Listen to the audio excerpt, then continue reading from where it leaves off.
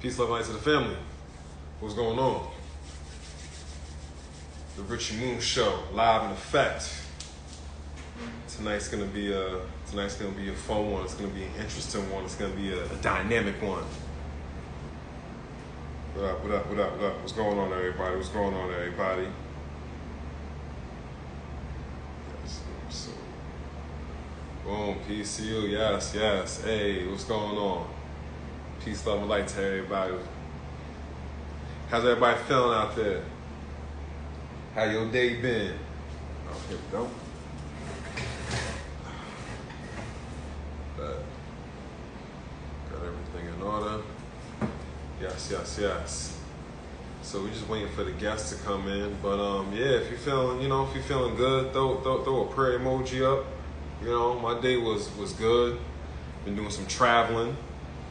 Up here in Orlando, I was doing some work with one of my good friends, one of my brothers from way back at the Orlando Shakespeare Company. So it's always good to be in the theater. You know, it was a very good, productive day. You know, out in the sun, getting that sunlight. You know, didn't eat too much. You know, so it's always a good day. I was very much looking forward to doing this show. Oh, it's gonna be a good one. Conscious Connectionz with my good brother Red Pillar. We're gonna be talking about relationships, semen retention. I'm pretty sure there will be a plethora of subjects that we get into. I got some things to speak about. Some things to speak about on that subject. I got some experiences I went through, you know, that I'm willing to express to the family and, you know, and put out there. So, you know, tonight's talk is definitely going to be an interesting one. I like having conversations about relationships. I'm not in a relationship. I have not been in a relationship in a while.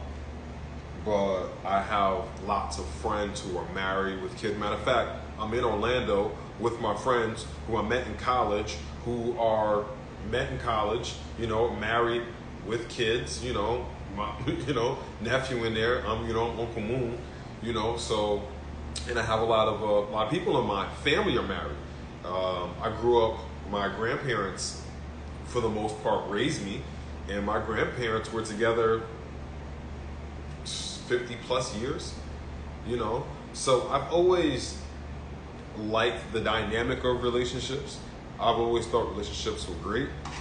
It just didn't, you know, necessarily work for me, and I'm not discounting it. You know what I'm saying? I still have, hopefully willing, you know, hey, what's going on? You know, willingly, you know, I got a long ways to go on my hero's journey, so. You know, who knows what's going to happen, you know, so, you know, we're going to tap in, you know, definitely, I feel like I can give the brothers some good tips about semen retention from experience, strictly from experience, you know, we've got a product relaunching, you know, so we're gonna get into all that. The dynamics of relationship, you know, because you know, this is an ever-changing world, an ever-changing society. So how does that reflect in relationships? And we're definitely going to tap into that because there's a lot of different types of relationships out there. You know, there's a lot of there are people who are just on a very much of an understanding of, you know, we're friends with benefits. There is monogamous relationships. There is polygamy. I forget the other way that goes for the woman. Oh, peace to the God, peace to the God. Peace to the God. So yeah, you know, we got all those different types of relationships. So, you know. I believe that's polyandry. Yes, polyandry, yes. Yeah. So, you know, we got all those types of relationships. So it's I would like to see where do people stand at with that? You know what I'm saying? At the same time, like I was saying, I know a lot of people that are married, that are in relationships. I'm with some friends right now You know, I met them in college. Um, they have a child right now. You know what I'm saying? So it's I know people's coming at it from more different angles and have a different type of feel for it. But with all that being said, my good brother, peace to the God. What's going on? Peace to the God. Peace to the family. Peace to everybody in the building. Yes, sir. Yes, let's get this thing officially started.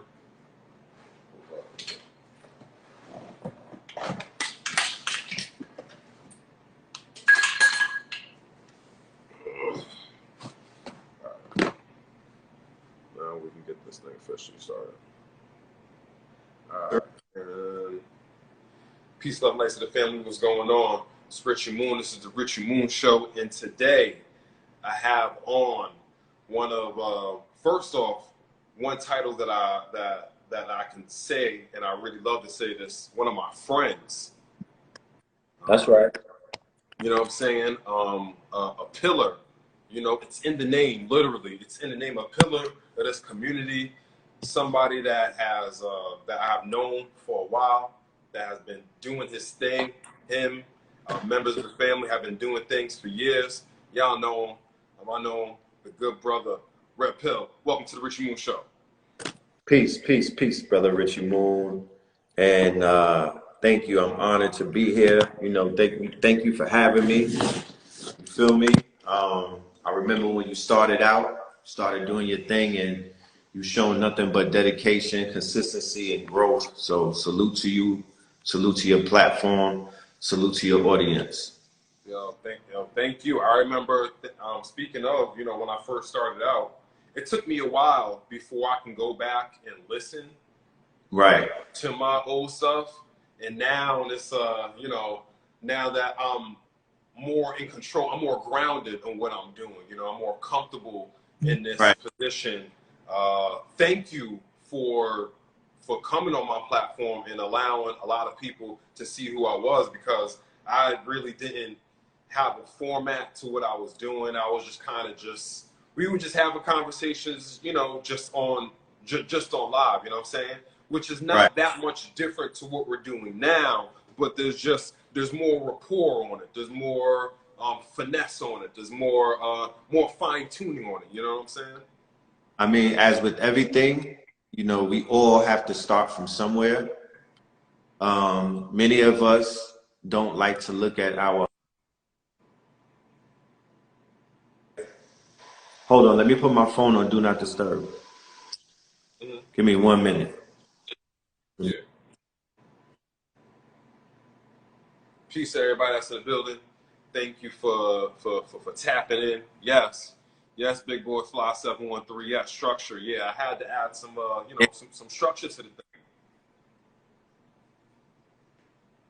Right. Well, what it is now you have purpose, and with purpose comes structure and foundation. You know, but we all have to, you know, we don't all have to do anything, but we all have a starting point, or we all have a beginning point. If we're business owners, right? If we have multiple endeavors, we could be serial entrepreneurs. All of those entrepreneurial endeavors had a beginning.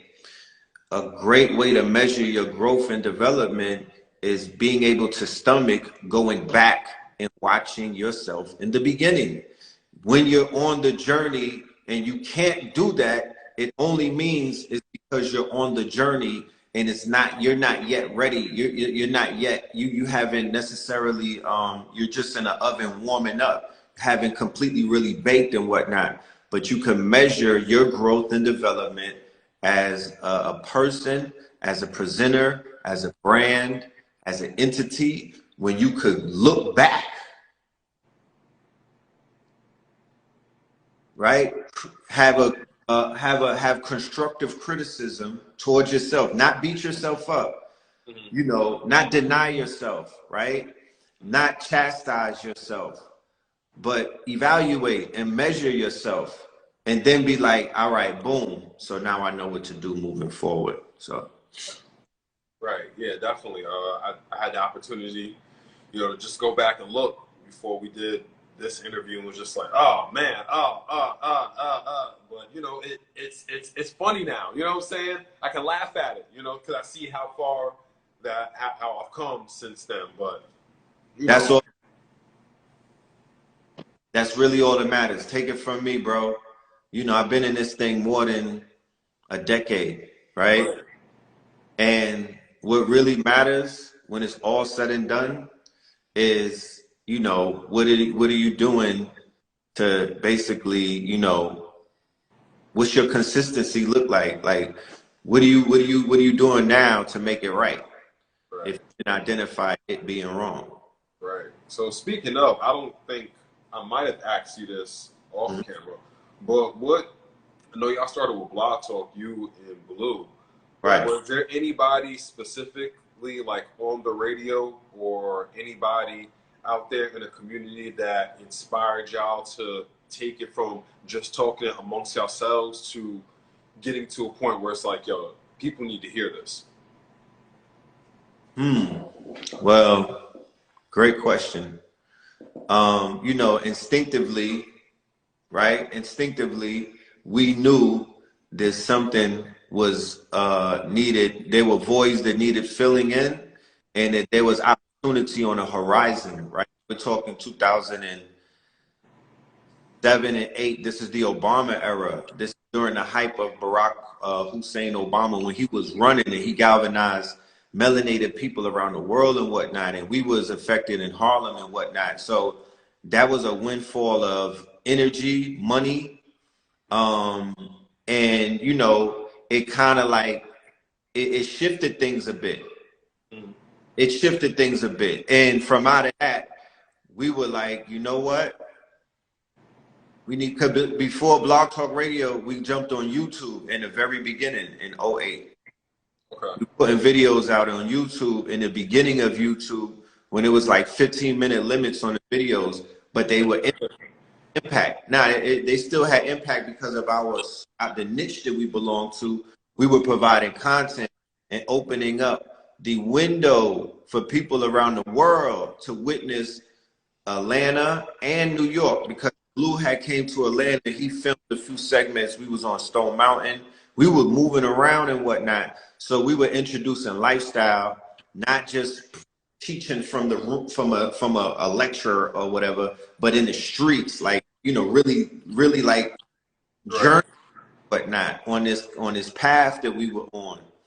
And Nikki Love and Brother Ankh was real hot on Blog Talk Radio back in those days, and they were like antagonists in a sense. So to get on their show and make that shit and make it and shake it up, you saying something, right? So you know I'm a ego, so my ego talks. You know what I'm saying? Is there anybody, before you continue, is there anybody, just to give some perspective, is there anybody that you can compare them to? Can you say their names again? Oh, Nikki Love and Brother Ankh, they had a show together. Nikki Love and Brother Hunk. Is there anybody that you can compare them to now, so people can maybe get like a different, like a more tangible perspective? Let me think, because I don't know too many you know, teens, People out there that's putting it down like that. right? Did this, like, Right. you know, Right. work off the feminine and the male energy, and then I'm trying to think. I don't know, It's but all right. It's all right. they turned up. They were on the Black Power tip, and Nikki Love is a spiritualist and whatnot. So, make a long story short, they invited me to come and do a lecture or a dissertation called from super. Wait, it was called from Super Hey Rules. From, I think it was called From Niggas to Super Hey Rules, right? And what I was speaking about was just the progression that our generation, people who look like us, the street niggas, you know what I mean? People who look like us, the people who are, you know, in part of that life and whatnot, taking penitentiary chances. And they were considered to be write-offs. They're almost like throwaways and whatnot. They not write us off. They condemn us to death. So I was witness a whole generation of people who come from places that I'm familiar with level up and become superheroes and become shining examples of what this information was eventually going to do for not just not just my generation. I'm a 70s baby, not just my generation, but all of the generations, all the way up into my son, who's 2 years old. He was born during the COVID era or whatever. So, you know, by going on that show, I had Phil Valentine he was there holding me down, like he was my special guest and whatnot. So I pulled with Phil Valentine. Like, and then our first Blog Talk Radio show, and Brother Rich, matter of fact, let me just say this, Brother Rich invited Brother Rich show to be co-host for Bobby Hemmett. Bobby Hemmett was on Underground Railroad. That was the show where he was talking about tilapia had human genes and whatnot. And I was mad nervous. Do you understand what I'm trying to explain to you? I had butterflies in my stomach because I was interviewing. I was the co-host on that we were interviewing Bobby Hemmett in like 2008. That was real big in the community at that point. And after that, I just got a taste of the radio because we were seeing it like the radios. True be told, Blog Talk Radio, they don't consider it podcast, but that's really the first podcast. We opened up the podcast mode with Blog Talk Radio and Know the Ledge Radio. Yeah. So, Brother Rich had a radio show. A.A. Rashid had a radio show. Panic Blue, he had a huge show. Like, it was a lot of shit back then. Nice. That's what's up. Had the master teacher. Our first show was Sister Roz Mariah Bay from the Moors, the Moors from the Moors in Harlem, in Philadelphia. We had Phil Valentine, right? And I believe we might have had Taj. Our next show, we had Dr. Sabi. Come on, B. Ooh. We was cooking, my G. Like we was. Right. If I had my singing bowl, I was. And the frequency was higher back then too. I must add that in there. To my humble opinion, I don't know. I don't know. But it was a little, because it was pure. So it's I can't really say that the frequency was higher, because once a new frequency is introduced into the whole situation, like it was almost like putting a whole new ingredient in the pot. That ingredient was niggas who had their pants sagging, wore do-rags, and had potty mouths. That's what came into this situation. Right. I mean, that's interesting that you bring that up, because you was talking about when you first started, there was a certain lack of there was a certain nigga kingdom like within the conscious community. You know what I'm saying? There's a better word I can use. It was and then like when y'all came in, your brother A, y'all class, y'all generation, y'all brought the hip hop vibe. Right. You know what I'm saying? Y'all was able to marry those two worlds. So it's interesting that they had those things to say at the beginning. And then but y'all ended up merging the two worlds that needed to be connected, the people that needed the information the most. Well, y'all were the bridge to bring them together. Right. We came in and built a bridge for the youth, right? We made sure that we spoke their language. We made sure that, that the drip was, official was dripping, you know what I mean? We made sure that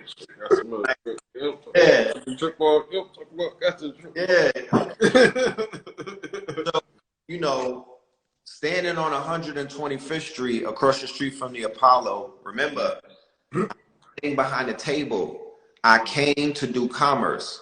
Outside on 125th Street is commerce, it's commercial. I'm a vendor, right? But that's my Peter Parker. My superpower is that I'm a teacher, right? My Peter Parker, regular person, I'm selling Kings County t-shirts. I'm selling King Tut and the iconography of the great motifs of ancestors on t-shirts, but doing it in a way where hip hop people will pay attention to it, right? The shit has. Then on my lunch break, or rather when the time is right, somebody turns the camera on and I switch into teacher mode and we get right to it. Although I'm in teacher mode the whole time, right? The minute I show up, I'm on red pill mode. We teaching, we building, but I'm still doing business. If I'm doing a video and a customer pull up, I'm like, pause the tape. I gotta go make a sale. Yeah, make a sale. I showed up to do business. Right. I showed up to do black business. I showed up to be an independent manufacturer of premium goods with my ancestors' faces and the motifs of the people that I was learning about. I'm like, I'm putting this shirt. So in the midst of it all, I got to meet a lot of my heroes. In the midst of it all, I got to see a lot of people come and go in this community who, you know, the ones that went deserve to go. You feel me? And the ones that stayed deserve to stay. By being out there, I learned that real quick. You know what I'm talking about? That, you'll see some shit that you might not agree with, but it's part of the movie. You know what I'm talking about? This shit is a movie. It's playing stuff out like Roman theater. There's the protagonist, there's the antagonist, there's Judas, there's the Christ-like figure, there's all of these things, and it all played out the way it was supposed to. Right. Yeah, that's a really good comparison. Definitely like theater. Is there anything? I mean, there's a lot of things we could change. But if there was one thing in particular that you could change about this community, what would you change? The one thing that I would change is that all of the content creators, all of the master teachers, and all of the teachers would be compensated and they would get their true value. The same way the artists right now are getting their true values with NFTs, that's what I would change. I would make everybody who is doing the work, financially, not just financially secure, I would put them where they belong, and that's at the top of the quote-unquote hierarchy or as the upper echelon. And that's not to shit on anybody else. That's not to diminish anybody else in the quote-unquote scheme of things. However, you got to put the cream of the crop where it motherfucking deserves to be. And if you don't do that, you're going to quote unquote muddy the waters. You're going to confuse the people, and you're going to deal with confusion, and you're going to deal with backwardsness. And that's where a lot of the other confusion begins to sprout in, because this is where the parasites come in. This is where the charlatans come in. This is where the people who play around with internet, Amazon come in. This is where people who could say, I got mad houses, but they got Airbnbs. You feel me? This is where all of the fuckery comes in, because it's lopsided and people in the rightful positions. Right.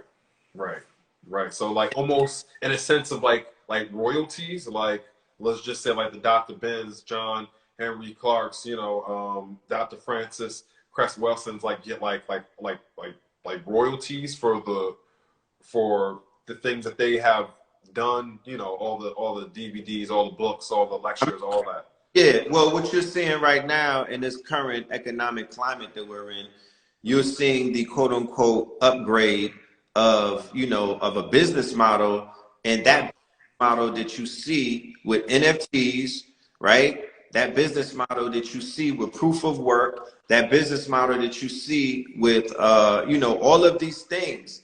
That would be a business model that I would apply to these quote unquote individuals, content creators, right? So yes, royalties, mechanical royalties, but I'm also talking about publishing deals. I'm also talking about book deals. I'm talking about movie deals. I'm talking about budgets, R&D, research and development. There's no reason why we had Dr.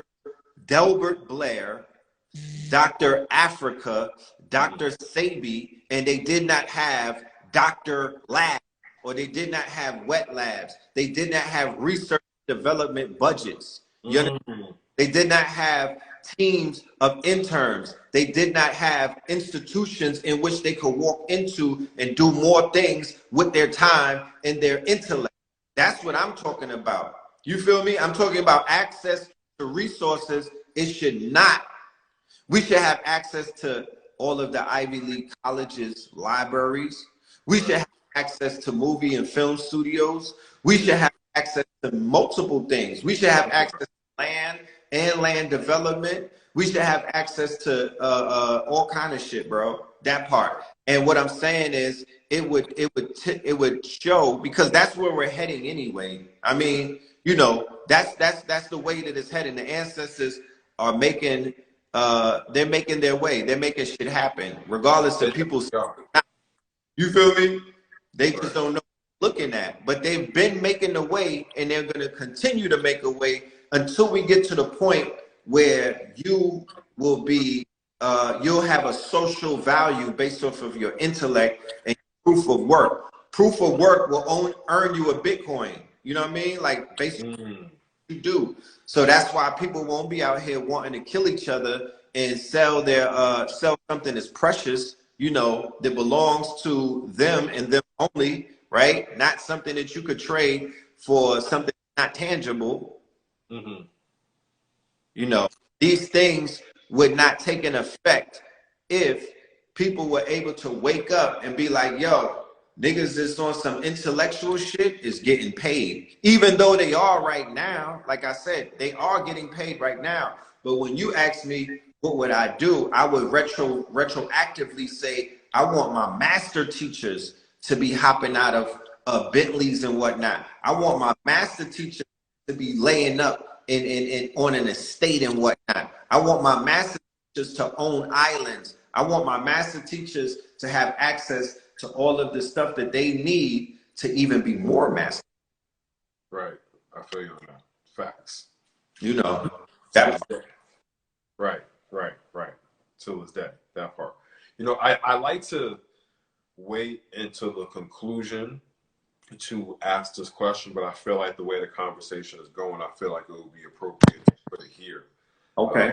You know, as we all know, to manifest things, to conjure it up into reality, speaking is a key component to it. So what I would ask of you is, and specifically to you, because I remember when we was on Billionaire's balcony in Miami, and we was looking at, and there was we was looking at the American Airlines arena, and it had all the screens and the billboards. And I remember you were saying like, yo, that should be like crypto and like and Bitcoin, and you know what I'm saying? It should be saying this information, and like, yo, imagine lands and all this. If you could have your ideal near future, if you could have your ideal near future, right, what would that look like? But I would like for you to speak to that from the perspective as if it already happened. Okay, well, first and foremost, once again, excellent question. It would look like a smart city, right?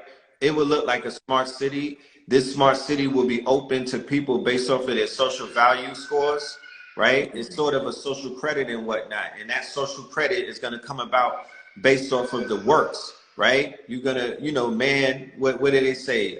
Faith alone, right? You judge man by his works. So I want a smart city for smart people. And the way that we determine that you're smart is based off of the history of your work. What are your receipts, and what do they add up to? The same way they do credit background checks, we could do we need to start doing background checks and find out, when did you start your community service or service to the people? When did you start doing what you say that you've been doing, and how many people have you? We got the same way that they add our taxes up and run it up on us and our hours and our sweat equity. Well, what about when we start running up the work that we've been doing out here, the people that we've been affecting positively? You know, you're on Instagram making reels, and you could be making TikTok 1-minute videos that go viral and whatnot, and you're waking mad people up with 1-minute demonstrations. Right. That qualifies as something. I would never in all of the years of my life turn my nose up. Yes. Right. Cause because people, that's the way they consume information now. It's a whole nother generation. It's a whole nother crop. I'm following like a 9-year-old, and he goes in on TikTok with information every day. And he's touching on shit that we be touching on. So I'm like, look, it's a whole new generation. It's a whole new batch.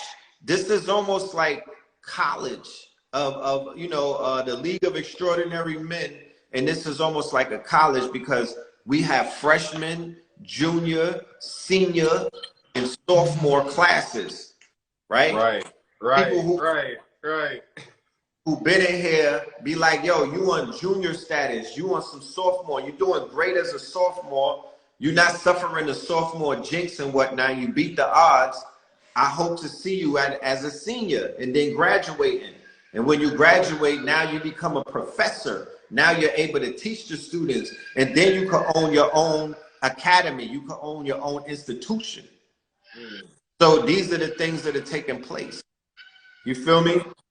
Yo, it's beautiful because honestly, we really have the minds and we have the people in the place that are really, the thing that you're speaking of, have the ability and are doing the work right now, right here, real time to those things, a very tangible future, very reachable future. A lot of the times we get caught up in when things happen after we transition from here, but now we can very much have our heavens right here on earth, right here, right now.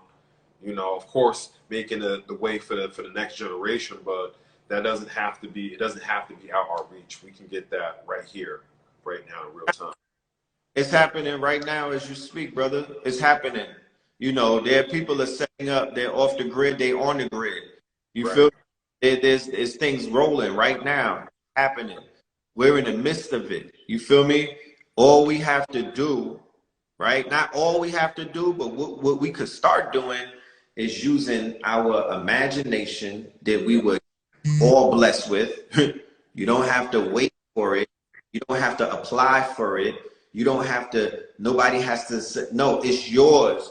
It's your birthright. It's already in you. People think more difficult than what it really is, which is take place in what is known as Web3 and the metaverse and all of these other things are people utilizing their imaginations, and it's a collective, it's a network of them, you know what I'm talking about? And they've been able to monetize things, and they've been able to get funding and whatnot, venture capitalists, angel investors, and all of these things, right? Fusion of trillions of dollars to fund what? Ideas, imagination, ideas, concepts. And then they have people that will carry out and do the work, right? Without a budget. It was people who built this shit without a budget. They did it on sweat equity, and they did it for quote unquote equity. They did it for equity, right? They built it out for equity. They didn't need no bread at first because they knew what it was going to generate. Right. So my thing is this: in a place of an over-sexualized community or over-sexualized world, a hyper-sexualized world, where's the creation? Because those two things go hand in hand. Right. What's that part? With all of that sex magic? That's a great segue into the veggies of the conversation tonight. How do you think Web 3.0, and as we move deeper into the metaverse, how do you think that will affect relationships? Well, I just want to clarify and be specific to people out there. Any type of ship. This is an open-ended question. Friendships, relationships, business ships, partnerships. How will that affect relationships overall? Right. Well, that's interesting that you asked that, because as we venture further into what is known as virtual reality, right, which it doesn't represent all of the metaverse, but it represents a large portion of it, the way that we'll be able to communicate. The dream or the vision that's being sold to us is through what? Through our phones, through the virtual. Black Now, hair. I'm going to keep it simple real quick and say this. Me and you are communicating right through the phone right now, right? Right. And there was a time where you were able to see me before we even met, and it was through a device. Yep. Was it in person first, or was it through a device? It was through a device. So when me and you finally got to link up, right? I believe it was in the A, and it was live, and it was in person, it was in the physical, right? Right. What was the difference? It was a world of a difference. You know what I'm saying? It was, you know what I'm saying? It's a whole different feeling from seeing a person through the screen, and then meeting a person is just like this is them in real life. You know what I'm saying? That first off, they're a real person. You know, I mean, we had met a couple of times before, but in the A, that's like where we actually So like. we linked, yeah, that's when we had linked up. Right. You know, you could meet a person, but until y'all link, until y'all go out and kick it at the club, kick it at a lecture, have an experience together. Experience, right? Because Right. it's about experience. You don't truly know a person until y'all had an experience. That's why when you go into the job or the workforce and whatnot, you really start locking in with people at your job, even though y'all are from totally different worlds, right? Totally different worlds. This person might be they might hate your kind when they're at home and they're but when they're at work, oh, nah, they got to link up. They got to work with you. They all, you know what I mean? They're courteous and whatnot. Right. So, yeah. So the difference between the seeing somebody through a device, right? Your laptop, your tablet, on the phone, you know what I mean? You really don't know the aura that this person, you don't know their energetic field. You don't know the magnetism. You don't know, you don't know. You can't tell looking through the phone. I promise you, do not, I would hope that people are utilizing what is known as the art of discernment. You don't fall for the, this is the matrix. Right, that part. I want to say, before you continue on, my good brother, many of you, I'm pretty sure, have met Red Pill, but I want to say to the family out there, the good brother, what you see online, that's a very, that's accurate. Of course, there's layers, but it's very accurate. You know what I'm saying? The good brother talks it how he walks it. You know what I'm saying? So, That's a fact. I mean, I can't do anything else but that. You feel me? I don't take this off when the camera goes off. And that's something I saw some of my master teachers doing. I'm gonna just keep it tall with you. You know what I mean? I seen them at lectures with the garment bag and switch up. And I'm like, no problem. It didn't bother me because I'm like, they in a Peter Parker, they in a Clark Kent. This is they man when they put the mud cloth on. I get it. Right. But you Bruce Wayne in it though? Because Bruce Wayne Wayne isn't really Batman like all the time though. Like, yeah, Bruce. He don't stop. It's Peter Parker and it's Peter and Clark Kent. You don't stop. But like these are the alter egos. Some of us are, because the difference between what distinguishes Superman from the other two is Superman is God trying to play human. He's a different character than the two. Superman is a god, Kal-El, and he's doofy and he's goofy as Clark Kent because what would you expect him to be? You can't lock this human shit down when you're God. You can't comfortably fit in this goddamn spacesuit and walk this fucking straight line when you're a whole deity. Come on now. So I'm very aloof in this body and whatnot. I'm kind of awkward. I'm left-handed. You feel me? I trip over myself. You know what I mean? Like it took me a long time to be comfortable like this. You feel me? Because I already know who I am versus who this figure is that's in front of you. You know what I'm talking about? This is, and I know I've seen myself on a trip that I took. And it wasn't sponsored by Elon Musk or Jeff Bezos, my name, or like Uncle Hank. Uncle Hanky? Uncle Hanky sponsored the trip. Uncle Hanky sponsored the trip. Interstellar. I took an interstellar flight within myself, and I. Interstellar. Yes, I did. Yes, I did. I saw myself, and I'm like, oh, okay, all right, no problem. I'm not taking you seriously anymore. I had an ego, and it was a beautiful thing. It was the toad medicine for anybody that wants to inquire. And please don't ask me, because that's not what I'm, Right. So I'm my quote unquote experience. You feel me? mm-hmm. It took me a while to jump off of that cliff, but when I did, I tapped in. This was during the Lionsgate. Of this year? No, okay. 2018. I went through the gate. It was 8/8/18. No, 19. My bad. So it's it is what it is. You know what I'm talking about? Right. It is what it is. What do you think? Do you think?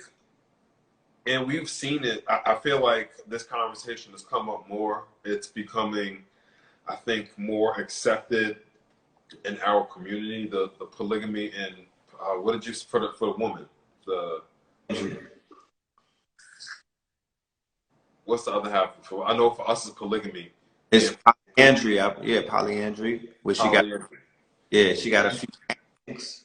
Do you feel like that is going to be something that is going to be more prevalent in the community, or something that's going to start to happen? Because if it starts getting popular with us, then that means it's going to start getting popular with the masses. I think it's Aquarian. I think it's very Aquarian. For the younger generation, based off of the shit the way that they get down and the proclivities that they don't have, that's going to be part of the options. They've already accepted a lot already. So why wouldn't they accept polyandry and polygamy? And they've accepted this other stuff.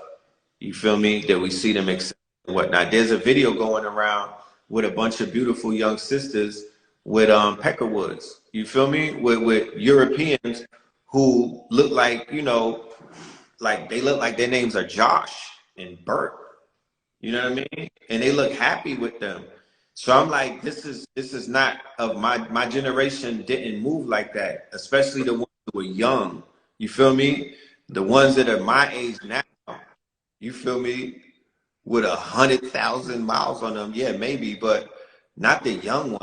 You know what I'm saying? Not your first boyfriend, not, you know what I mean? Not that. Nah, we didn't witness that. I didn't go through that time period of quote unquote, I didn't travel through that plane.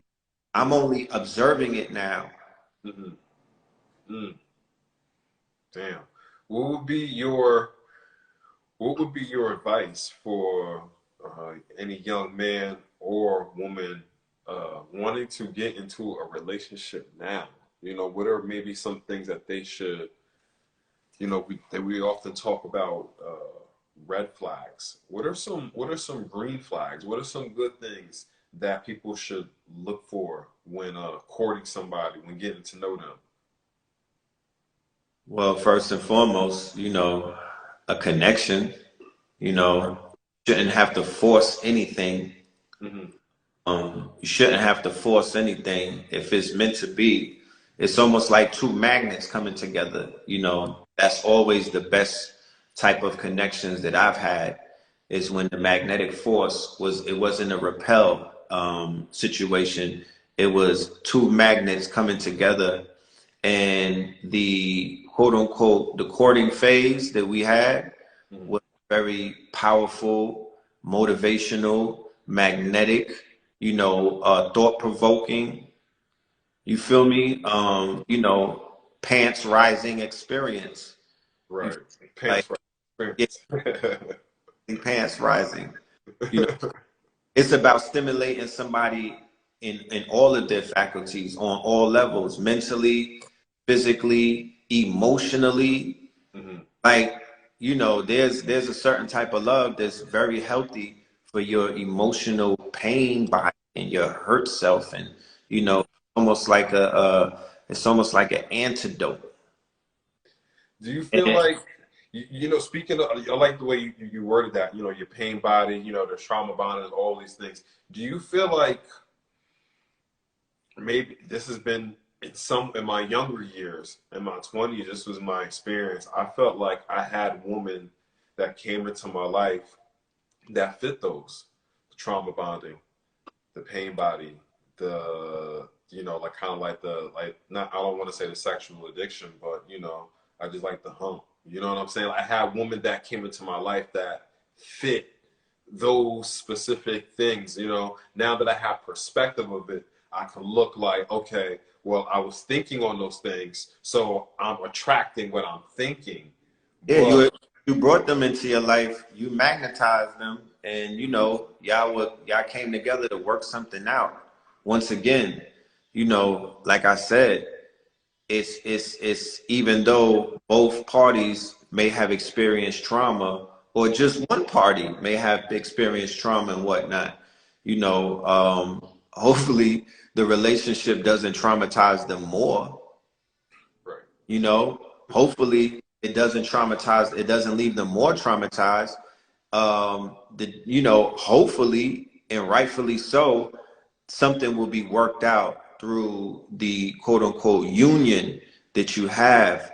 You know, I'm a firm believer of seasons and reasons. If that was not the case, we will all be married to our first loves and whatnot. that See, part.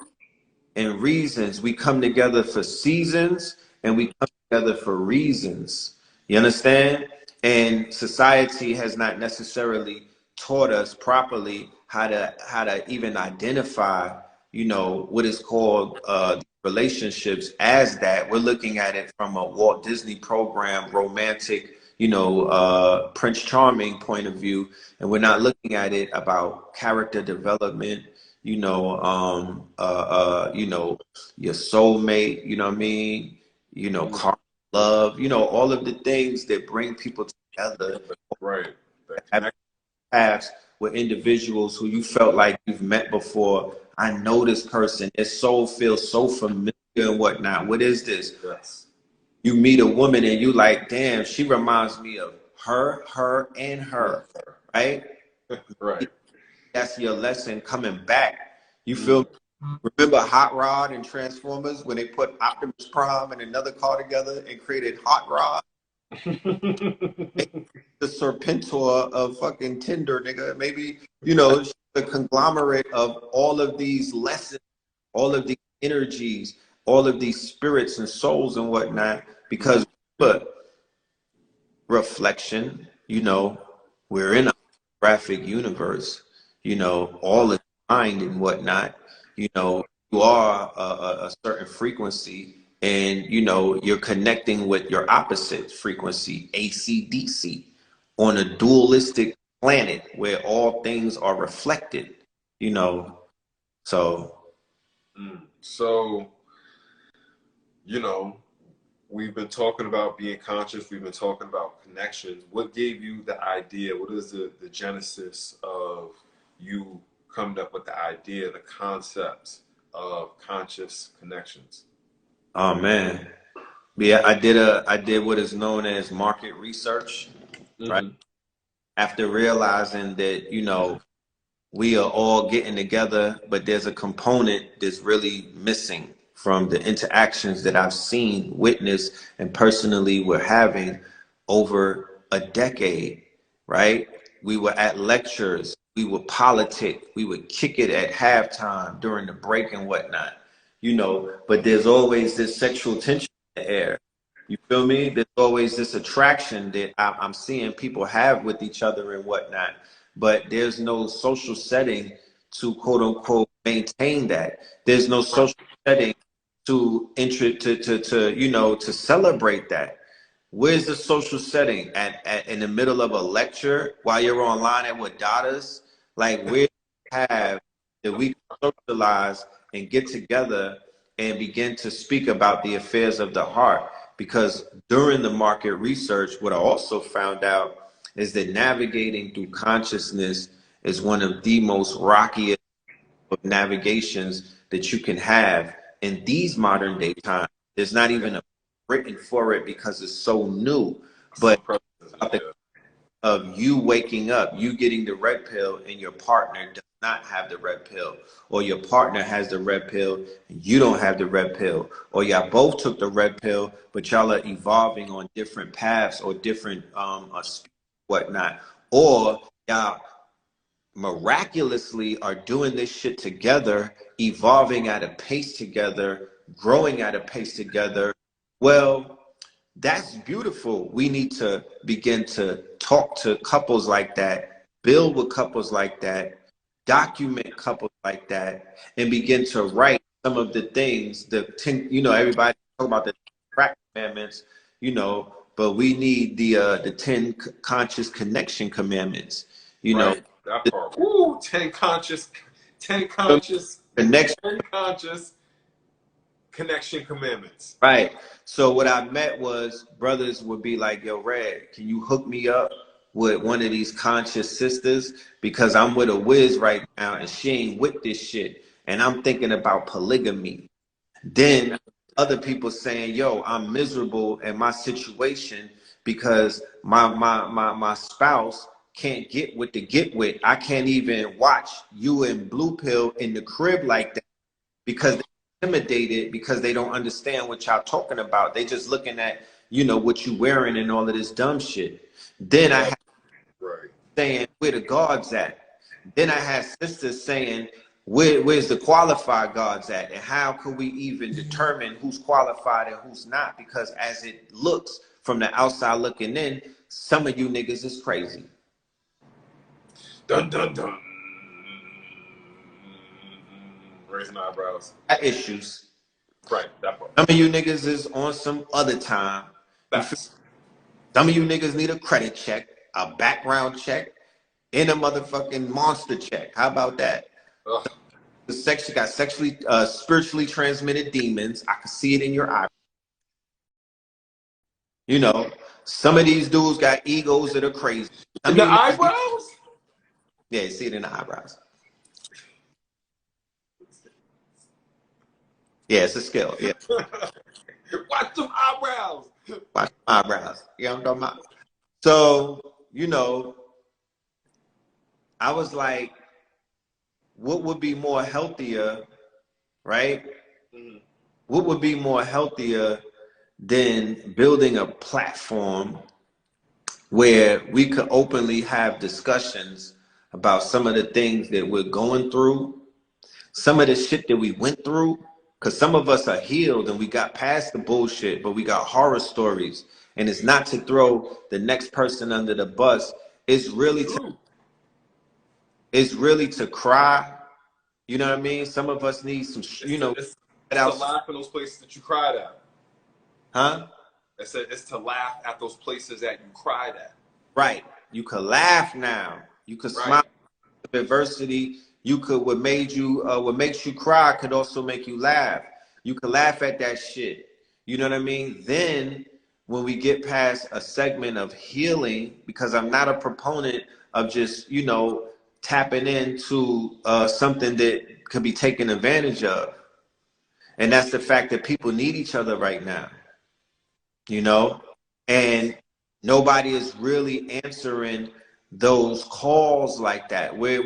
So what's taking place in this community? Wow, confusion, wow, distraction, and people are able to get blown in the wind. They don't have no foundation. They're fickle. Why are they fickle? Because they still searching. They looking for something. Running your boy in them. What's his name? Wait, say that last part one more time. That's why they be running to your boy in them. What's his name? What's homie's name? Nature Boy. Oh, woo! Ric Flair.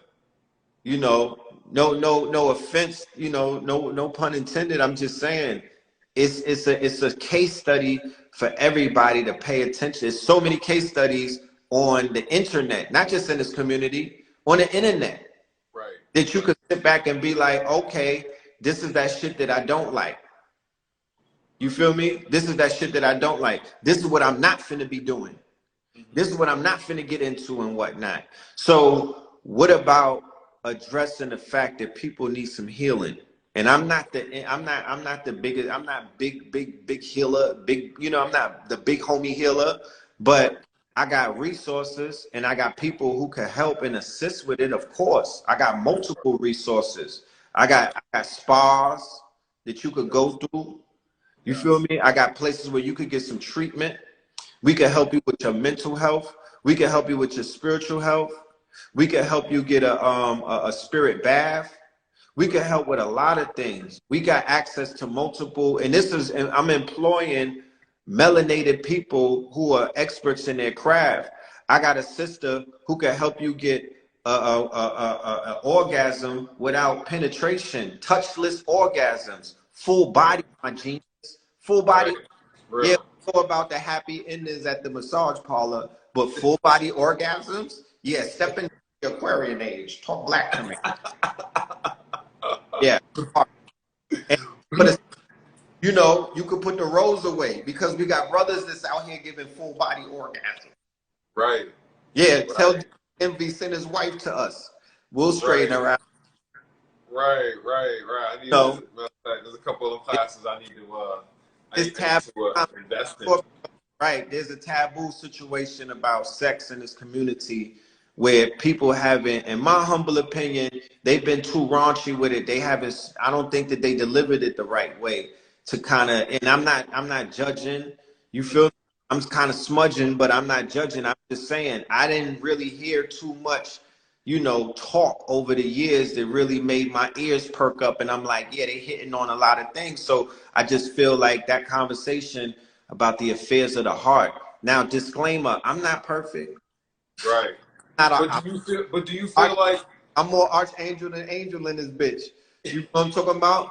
But I'm doing But black love, people say sex magic or sex energy is the most powerful energy on the planet. I'm saying black love is. You understand? Because there's components, it's not just sex. Sex is the plug and the socket, you know what I mean? That's turning the heater on.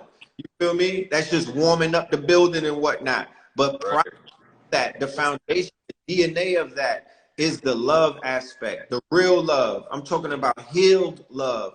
I'm talking about connection that you can have with a person where you approach this shit from top down, meaning that you capture the mind first, right? There's a marriage in the mind that's taking place. There's a spirit, there's a merging of the spirits and whatnot. You're not taking it from the bottom up. You're not coming from lust up. You're not trying to hit on the first night and whatnot.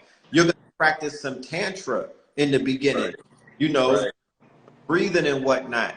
Yes, there's going to be attraction. Yes, you're going to be magnetically charged and you're going to be drawn to that person. But guess what? In between you and that other person, that's where the magic is.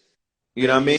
That energy right there, that creative energy right there, that's the shit that could shift that's the most powerful energy up in this bitch. You dig what I'm saying? That right there. You know what I mean? So, you gotta be careful with that. What you mean? Oh yes, we don't really. I don't even think collectively we sometimes dissipate that real quick. Right. We don't nurture that energy. We're not nurturing it. We're not using alchemy with this kind of energy that we have. They got us on Instagram all day just lusting after each other. Right.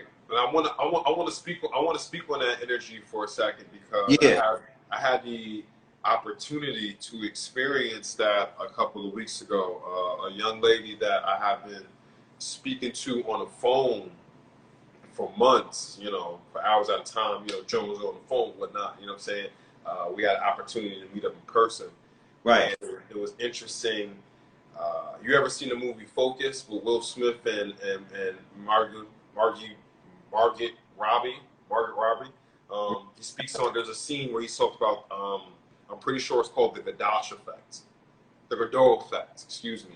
Mm-hmm. And it's when, you're around a person and they start to mimic your characteristics, maybe the things that you say, you know what I'm saying? And it happens subconsciously. it was very interesting because we've been talking on the phone for all those months. But when we got together, you know what I'm saying? I have a tendency, if you know me, I'm always like, and I have a tendency to cross my legs like the thinking man and go like this.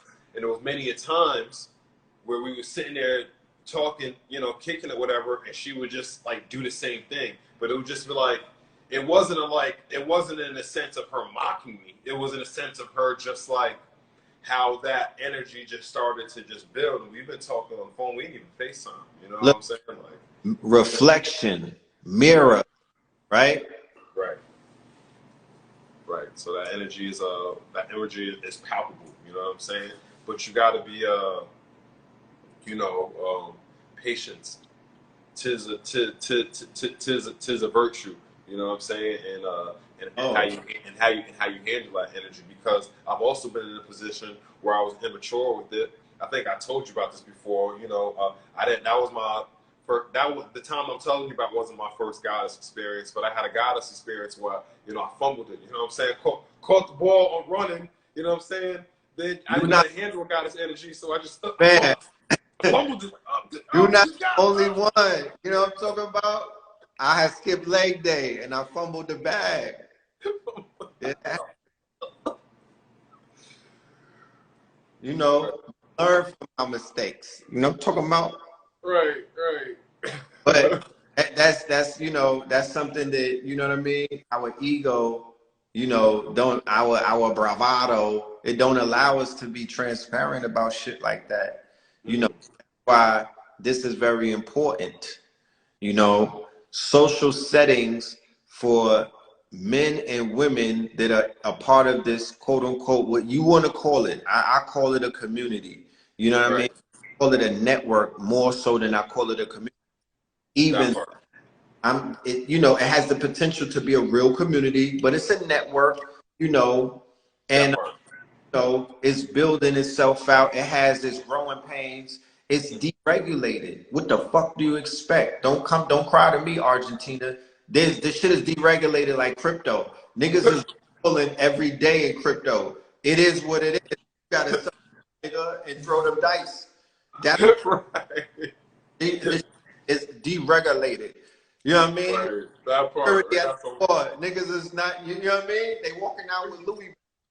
It is what it is until you put it. What it is, man. There's some wild characters in this network. Go deputize some of these Hebrew Israelites or something, nigga. Go deputize somebody to hold down Corinthians and hold the gate down until they miss me with the bullshit in the pity part. This shit is there's no constitution. Yo, it's deregulated. All that part. It definitely is. You've had the opportunity to travel around, and you've seen like what I call like just like the power of like where the power was. You know, it was on 125th before, then it moved to Atlanta. From my perspective, it still is in Atlanta. But you through the places that you've been through, are there any other hot spots? Any other places where the Avengers Tower is? You know what I'm saying? Where the X-Men? You know what I'm talking about? Miami. Huh? Miami. Yeah. I feel it at times. It's not. I don't feel like it's always here. I mean, I'm not in Orlando. I'm not in Miami right now, but like, I live out there. But feminine. Yes, it is. Yeah, it's the aspect of that city being a Web3 city, a crypto city. Just basically the energy of what that whole grid represents, what it holds. You got some powerful sisters, and not to take anything away from the brothers that are out there doing the work, but yeah, that's a fact. From being out there, it is. If I would say, if there was a conscious community out here, the sisters are definitely, out here. Shout out to Fab, Padilla's down here now. Shout out to Surviving Vegan. You know what I'm saying? They don't even gotta live out there. They just go out there and take a picture, and it's lit. You feel me? Right. That's like an EV charge station. You know how they got the Tesla charging stations? That's the God and the Goddess charging station, Miami. Real talk. That's where the makeover. That's where your DNA upgrades and whatnot. There's a lot of things. That's a magical grid. Dead ass. The water. It really is. And speaking of, my bad, go ahead. The water, the sun, everything. When just me going out there and just being in opulence, right? Just being in opulence, being in $1 million buildings and whatnot, and in dope ass spots with terraces, and you know, we were standing family. The Miami Heat arena was literally right in front of us on the balcony. Like my aim was that good. If my arm was strong, my nigga, I could have been hitting hoops. I could have been taking 3-pointers from the. That's how close mine was. We looking at yachts on the water. We looking at cruise liners, other multi-million-dollar real estate around us. I'm like, yeah, Miami, Atlanta, you know, Texas have a buzz and whatnot. There's a building. You know, yeah, that part. But it's amazing that you mentioned that, because you know, last year I had the opportunity to be invited to a goddess glow up, and you spoke about that grid, and you know, the goddesses really having like a big imprint down there. I feel like I definitely upgraded at that event, like for real. Being around the energy, all that, you know what I'm saying? It was just like, you know, it was me and maybe like 3 or 4 other men there with, you know, literally 30 women. You know what I'm saying? I feel like that energy definitely passed on, and I upgraded and tapped into some doors that was unlocked in my mind and DNA and all that whatnot. So yeah, absolutely, 100%. I lived out there in 2003, right? Yes. And I got charged. When the book come out, it's gonna be crazy. I got charged up my whole chi, my energy. I charged my Merkaba up, and then in 2005, that's when I went to Harlem, and that's when I went to Harlem, and the rest is history. But it was from the inspiration. Miami was the inspiration. In 2020 summertime, me, Bashir, 19 Keys, Blue, I believe it was like early, right before July and whatnot. It was. We went out to Miami. I had a shroom experience on the beach. Blue and Bashir had some shit where the sky opened up, and that was really the inspiration for the Red Summer album and a whole bunch of shit, right? Because I was just coming out the house, because everybody, remember, niggas was on lockdown. That was like trip really outside. And I was turned. Right. You know, that's that power of the grid in Miami. Right. Go get you some if you ain't get none, brothers and sisters. Yeah, I would highly recommend it, family, to tap into the grid in Miami. And I'm actually about to make a trip to Corporal Gable, because I found out, I forgot the man's name, but they got Corporal Castles. Yeah. I'm gonna go tap. I found out that's not too far, so I'm gonna go ahead and tap into that. Check that out. Right. Yeah, I'm gonna go tap into that, because that's that needs to be explored. Go to the Everglades. Go to Homestead, where they got all of the farms and shit like Florida. Go to Orlando. Right. The whole Florida, to me, is off the chain. You know what I mean? I went to American Beach right outside of Jacksonville. That shit is cool. Melanated people used to own that beach. The sand is like, bro, the sand is almost white. Yo, it is a beautiful beach. I promise you. I went down to the Keys. The Keys is beautiful. The Keys are beautiful. That drive, it's everything. Family, if you get an opportunity, definitely come and tap into this tap into this grid. My land back. Fuck that. I'm in Georgia, man. I'm about to do this now. I'm dead ass, bro. I've been doing the research on how they took all the Indian land out here in the 1800s and whatnot, the Indian Removal Act, how they found the mountains of Georgia and then ran all the tribes, the creeks and all of them up out of here, the Muskegee. I'm like, nah, bro. Y'all playing too many games. I'm not playing a real estate game with the people that are cheating on our land. Like, I'm not doing it. You know what I mean? I'm not playing No, y'all niggas be playing weird games with these people. I'm not doing it. I want Florida and Georgia back. Right. Right. I mean, when you look on those maps and all that, we always had big territories like in those places. The Moors always had These wild settlements. Yeah, they just got it in the 1800s. These is new territories for them. What are you talking about? Like, I'm not playing with these people, man. Y'all, people, that's what the conscious connection is about. Get you a fucking, get you a brouhaha, my nigga, and conjure up, yeah, work on the paperwork. Get you a wig that's on some King Sheba shit that wants to, you know what I mean, that wants ideas like that to come to life. Because it's not gonna come to life choking your chicken, my nigga. It's not gonna come to life laying up with fucking Barquisha and them from the projects, nigga. I don't care your I don't care how upstairs you take it, Sex Magic, Pascal Beverly Randolph tip.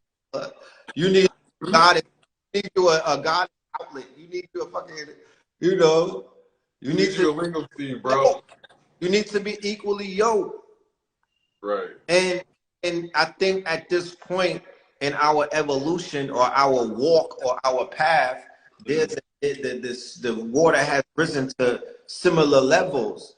The numbers add up. There's a lot of goddesses out here, and there's a lot of gods out here, and they just need to come together. And it don't. We ain't. This is not hedonism.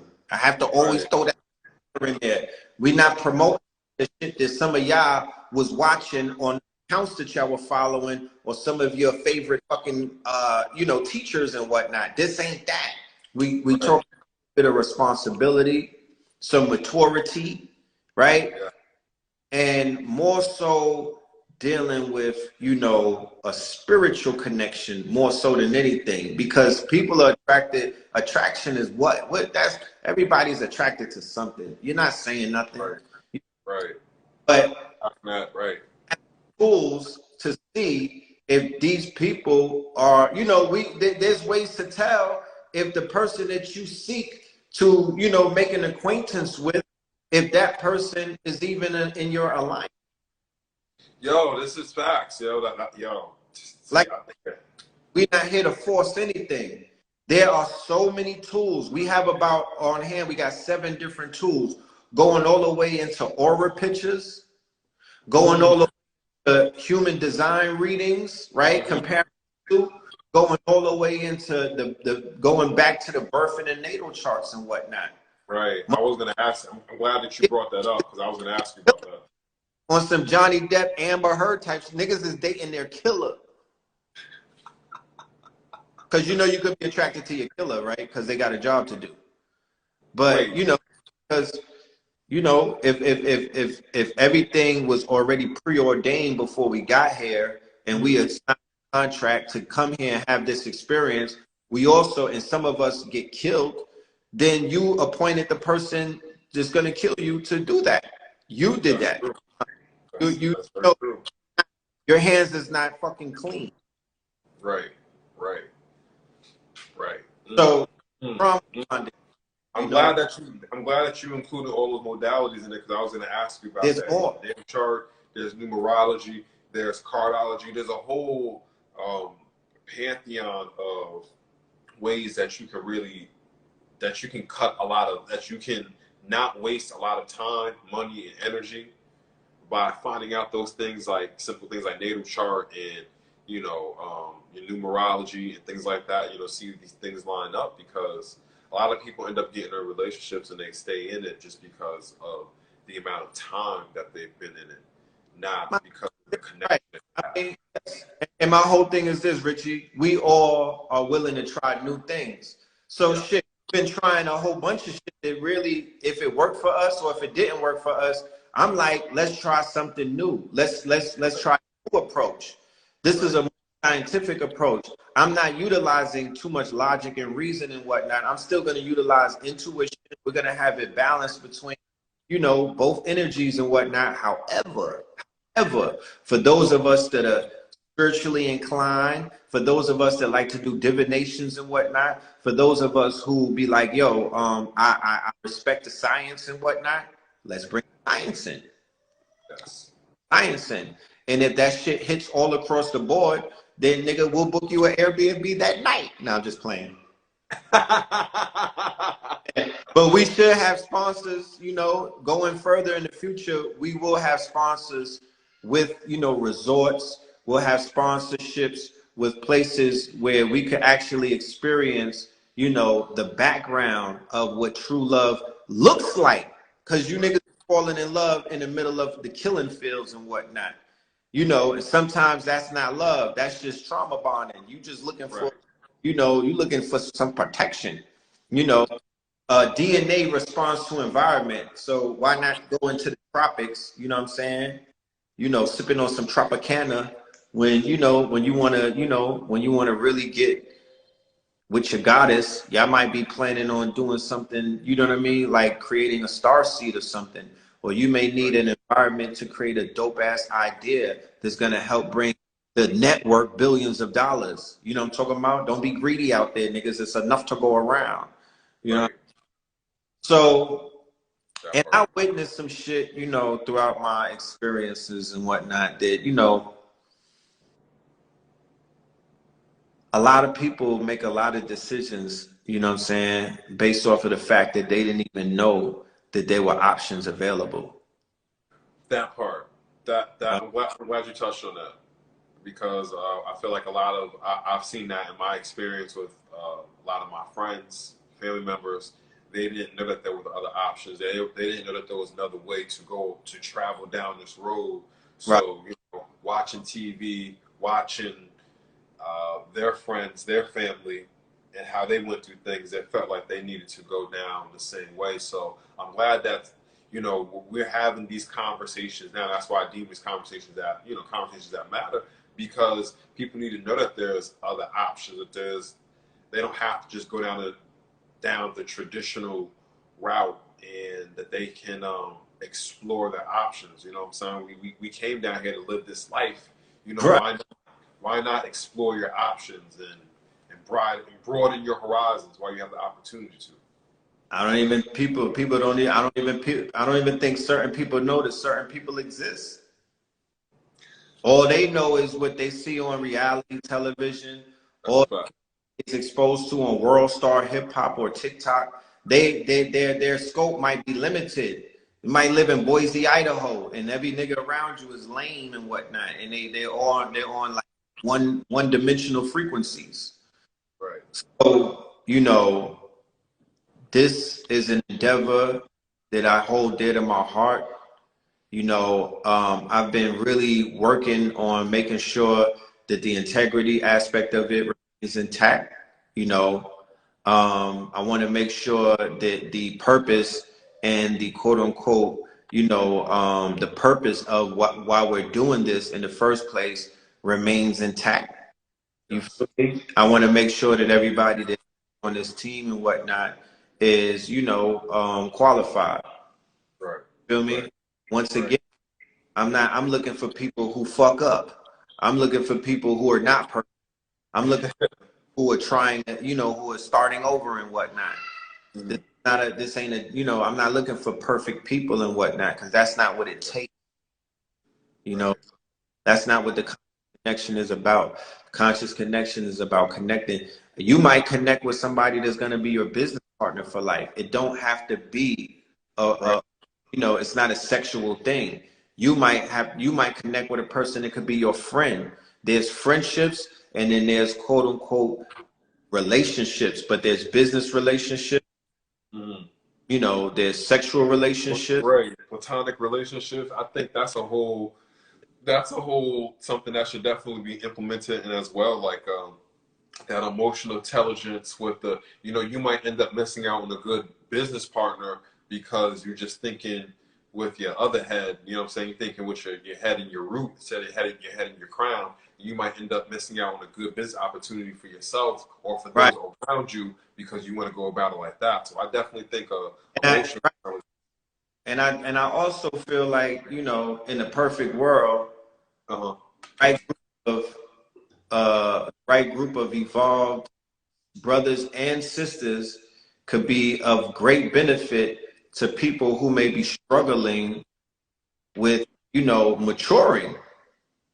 Like they might not be mature, and they could kind of like get the help that they need, or they could get the, you know what I mean? They could get some information or some wisdom from some people who are experienced, who could give them some fucking insight, because that's not what the youth, that's not what young adults are getting. That's not what people in their 50s are getting. That's not what the OGs are getting. I don't know any places where we could turn and get healthy doses of, you know, some type of information.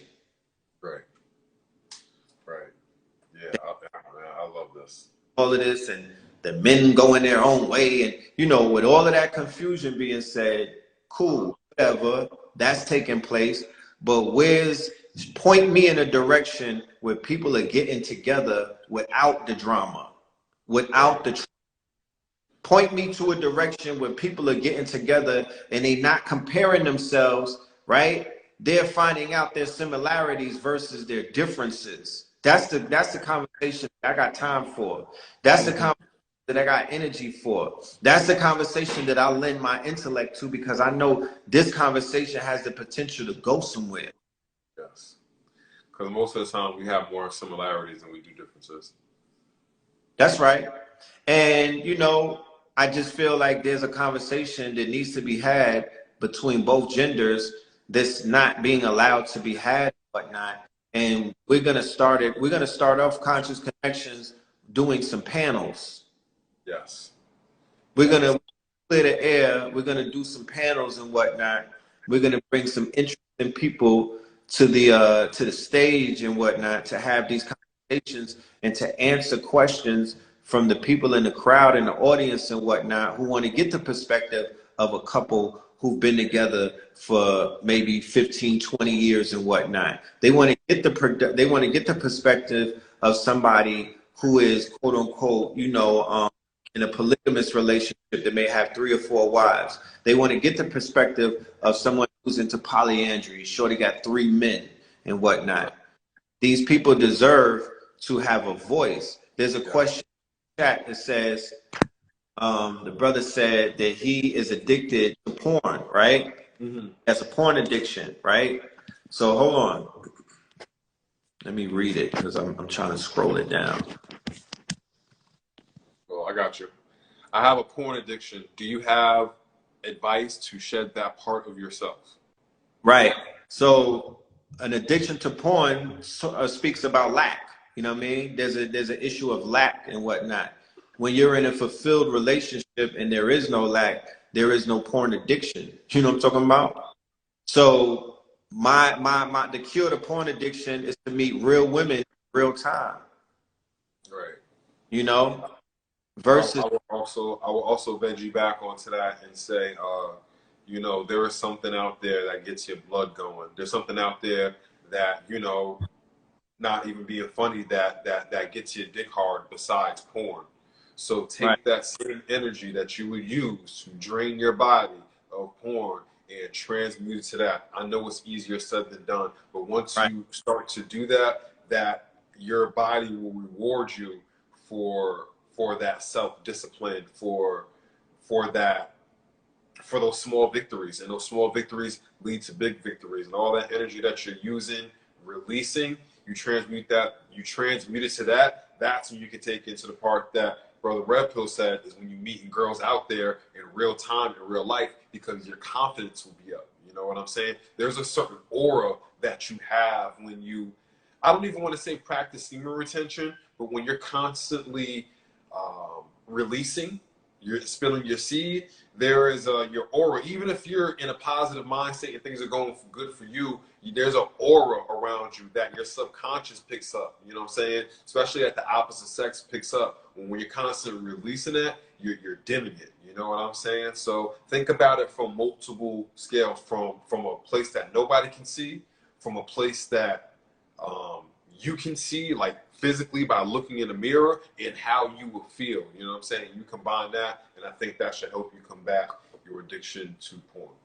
Right. And that is speaking. I can't say that I was ever addicted to porn, but there was a time where I was just watching way too much porn, and that is what I did to help me get over that hump. So I'm speaking from experience and not Right. just cute $5 words put together.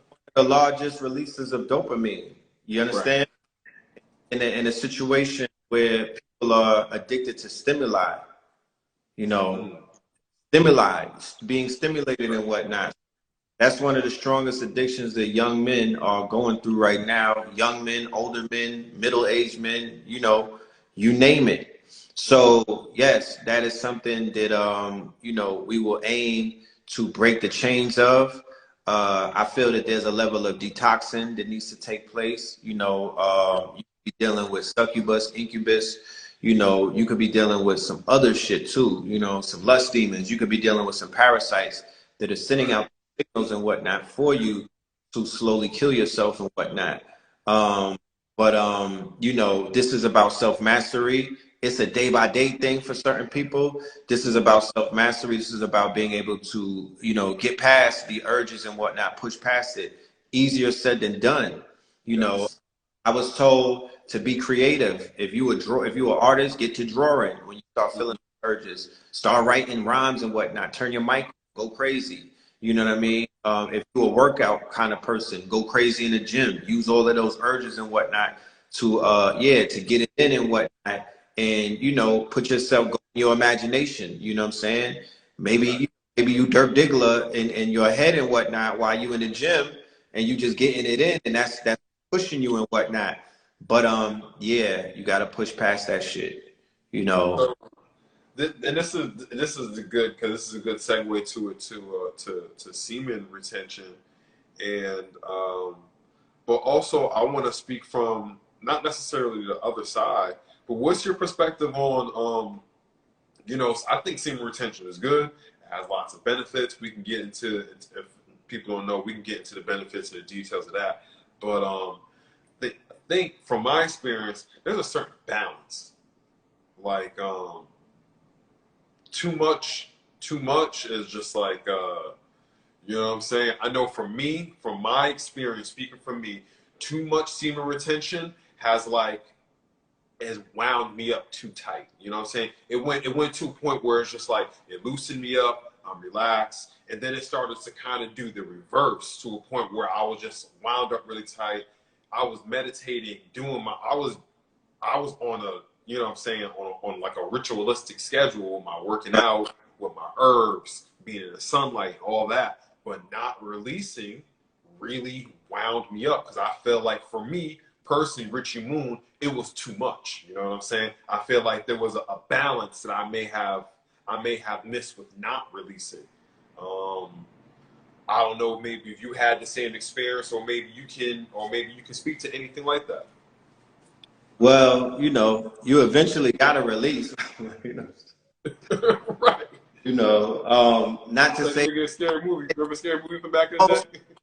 Look, there's some hunchback monks walking around that probably was like, "What are you talking about? I've been retaining my seed for 23 years." I'm like, "My nigga, knock that tree down there."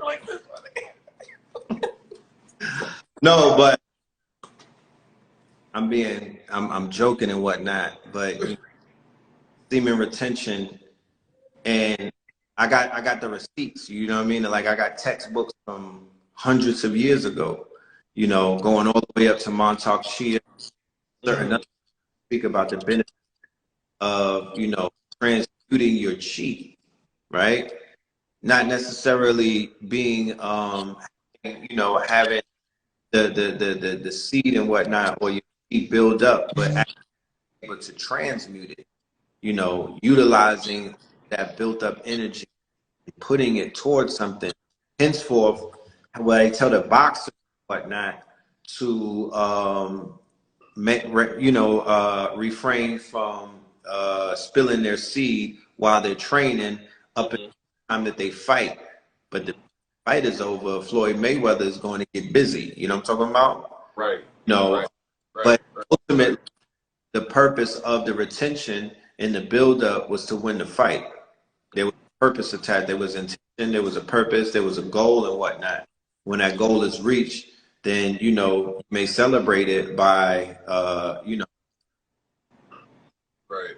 You know what? I'm glad you brought that up. Shout out to Kevin. I'm not sure if he's still in the building, but he does the God Body Challenge, which many of us participated in. And Yeah. to go back to Hip Hop DX question about the addiction, there was, like Red Pill was speaking on it. There is definitely a reward system. When you don't spill your seed. You know what I'm saying? And over a period of time when you don't, and then when you finally do, you know what I'm saying? It's like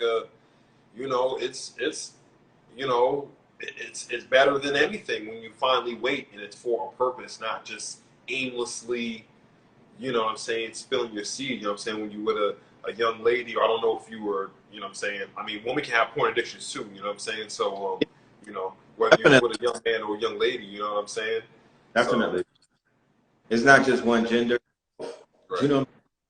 Right, more rewarding, as the Brooklyn Baby would say. I want to say, first off, shout out to everybody that's been in here. We've definitely been rocking for about an hour and a half. I'm about to start winding it down soon, but I just want to shout out to everybody that's been in the chat room. I think these are important conversations to have. Why you shouldn't be spilling your seed, the other side of that of, when to know when to balance, when to release, or just to transmit that energy into other ways. And this is not just for the fellas, ladies. I know there's a lot of I have a lot of woman friends, and I hear a lot of conversations about women not being able to orgasm, not being able to climax. And I want to say, woman, there's a way to speak to your man, the person that you're giving your body to, about this, and not be rude about it, not be, to make him feel insecure about himself or whatever, give him performance anxiety or, whatever the case may be. But tell him, but in the same, with the balance of it, also, you're letting that man inside you, tell him what you want. Tell him exactly what you want. You know what I'm saying? Like, you got to be able, and I think that speaks to the overall of the conscious connection of being able to be comfortable enough with the person to be like, yo, listen, I like this. Listen, I like being tied up and being smacked. Right. That's okay, but you have to communicate that. You have to say that, and y'all have to have that trust between y'all so y'all can move in that direction. Because I really do have a lot of lady friends, and I'm really tired of hearing y'all talking about how you're not getting piped down right. Right. Simple case of the matter. I'm tired of hearing how y'all not getting piped down. And there's a line that I have with just my platonic friends, and then those Right. friends. You know what I'm saying? And 9 out of 10 times, those are the platonic friends. So, Right. I tell the sisters, make that nigga a TikTok or something. You know what I mean? Like, give him talk about, take his ass to sip and paint that shit out. You know what I mean? Sign language. You know what I mean? If you want to get tied up, just paint it out. Like, I'm pretty sure there is a TikTok about it. What happened? I'm pretty sure there is a TikTok somewhere about it. Like some girl showing. There was a TikTok with a chick. She had a picture of a pussy, and she was like, "Yo, where's the clit?" And like 9 out of the 10 guys had it wrong. You know what I'm saying? My man was pointing like all the way down. Let me get like a circle. Like my man was pointing like all the way down here. Like 5 out of 10 guys like it's here. It's here. It's like if you go any further. But anyway. But then that speaks to the aspect of what I was saying earlier, that the education is null and void. There is no education. You know what I mean? The education that they're getting is a false sense of, they're getting it from right through the screen, right? A virtual situation, and it's not really accurate. So if they're watching porn and they're learning, that's how they learn how to deal with a woman and whatnot, then they're gonna get the wham bam, thank you, ma'am, and they don't understand.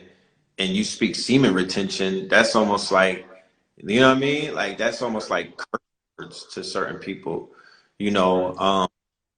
But I would be lying if I didn't say that everywhere that I did the research, it always came back to self-mastery and being able to truly level up. You feel me? Is about discipline. And what semen retention is is one of the highest forms of discipline, because it's discipline whilst in the midst of a sexual act, my nigga. You feel me? And the motherfucking, you got 400, yeah, shit is moving at 400 horsepower. Right. And you supposed to send that shit back to sender? That's that monk type shit. Like that's one of the highest forms of self-mastery. And then being able to repeat it a few times. But once you do it 1 or 2 times and you start feeling like Bruce Leroy, my nigga, and Right. you moving shit like Neo in the Matrix, Right. you're gonna want to continue to move like that. The conversation that has to be had is the sisters okay with that? Because that even problem, not to all, but to some who want that life essence. They want that blue light, you know what I mean? Like they want that black life matter. So, Right. it would have That part. Ooh, that part. Yeah, that part. You definitely got to speak to if you have a partner. You definitely got to speak to your partner. 'Cause I know, you know, women but is important. Women workshops, be important.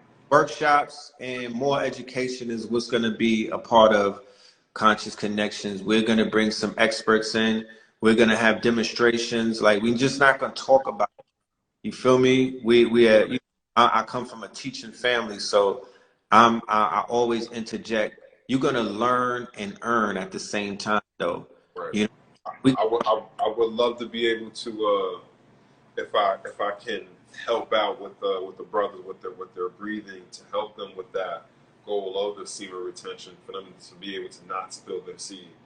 Because if yeah, you got it's not an easy feat to do, but fact, with breathing exercises is very possible, and it has other benefits in life. You know what I'm saying? Just being able to reset in life with the breath. You know what I'm saying? right. You know, yeah, I'm honored if you were to be a part of that and teach that technique, because you feel me? That is very vital, very vital. You know, Right. you can't know enough of breath work to be like, Right. so. Right. You know, Right. I So want to, like, Nipsey had a book called Superior Man, right? And he recommended, it was on his book recommend list. And in that book, Superior Man, it speaks about that as well, as well as in Napoleon Hill's book, Think and Grow Rich. It speaks about that as so, it's just a conversation that is going to continue to be had up right. until it penetrates popular culture, and young men in their rites of passage as teenagers will have the opportunity to learn about semen retention, preserving their blue light, preserving their chi and their life force, how to help women achieve their orgasms and shit like that. Like, that's a task that we should be able to undertake, because that's a level of learning that our people are not they're not receiving it, Right. and it's having detrimental effects on our relationships, along with a whole bunch of other things. I could see you could see the fallout of that. Right. No, you definitely can. Yeah, you can see. Yeah, you definitely can. Like I was speaking about earlier, the relationships of people that are just together, the feelings have kind of died out, but it's just the time that they've put in. You know what I'm Look, saying? They feel bound by the time that they've put in, and the fact that they have given each other a body and shared all these moments. You know what I'm saying? So, this lockdown, bro, this last 2 years has been a fucking test on everybody that I know. This shit has swallowed relationships whole and spit them out. It has strengthened relationships. It torn people from asunder. It created different options and avenues and all kind of shit, bro.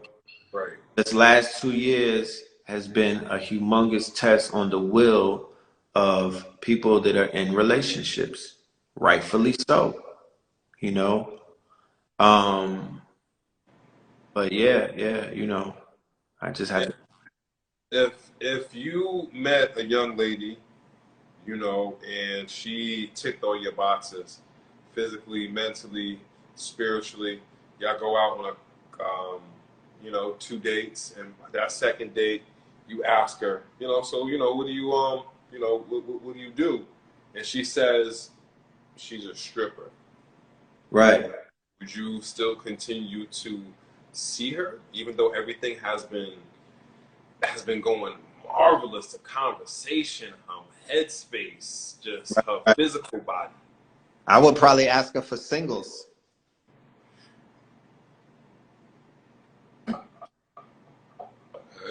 I'll be like, yo, you could break this 100 then, if that's the case. You know what I'm talking about? I'm trying to have rapper pockets. Can you break this 100? Got 3 of them. Break them all. Give me 3. So you would still, would you continue to date her, and you know, maybe that blossoms into a relationship? Who, me, Red Pill, right now, like with my status and who I am, or just me hypothetically? That's it, you know, you got. Now that you said it, now that you broke it down into such specifics, I need both. Okay. As a mate, somebody to walk with me on this path and whatnot, based off of what I do and what I represent, I don't think so. I mean, I don't know. I could honestly say I don't know. I'll leave that shit open. But the person, you know, Philip Moreland, you know what I mean? I've dated a stripper before in my life when I lived in Atlanta in like 1999. She was a twin from Rhode Island. Even my mama, you know, human beings, like it Twin was, magic. huh? The twin magic. Twin magic, my brother. You feel me? She was beautiful. You know what I mean? She was a great person. You know, I don't have no problem with strippers per se. If I met a stripper and, you know, and we were kicking it like that, I would probably, you know, rock with her. But my goal would be to definitely, you know, have her hang up her fucking thongs or her jersey in about a week and whatnot, and don't, you know, and you know, but on the flip side of that, you know, I would also weigh it out to be like, well, shit, maybe you could stay in there and just do what you know, do your magic. You know what I mean? Take this information and feed it to the flock. You know what I mean? Right. Right. You know, the interesting thing about that is, you know, Because every time I read K-Slay magazine or the Smooth magazine and all of that, all of the baddies talked about they liked intelligent dudes. I've been I said I see what they working with, you know. right. Listen, you know, when we look at the iconography of Tahuti, you know, it's the bird with the beak. You know what I'm saying? He has to go into the darkness. You know what I'm saying, to pluck out the food into the lightness. You know what I'm saying? So I say all that to say, you know, if we're going with the Christ-like narrative, you know what I'm saying, that Christ-like energy, that's where, you know, you got to go into the places, you know what I'm saying, shed the light. Yeah. You know what I'm saying? Even with sisters that are in the community that are considered to be conscious, they've had pasts. And Right. judge their past. Right. You know what I mean? When they told me they passed, I felt more familiar with them because I'm like, oh shit, you come from the mud like me. You come from the world like me. I understand your motherfucking, you know, I understand your path. I get it. I know that you the rose that grew out of the concrete. And being that's the case, you're gonna judge me less because you know what I come from. You, Right. so even with a person such as me, who I might need to be held and whatnot because I'm going through, you know, childhood trauma flashbacks. I'm going through, you know, shit that happened through my rites of passage and whatnot, where dudes got clapped in front of me. You know what I mean? Mm-hmm.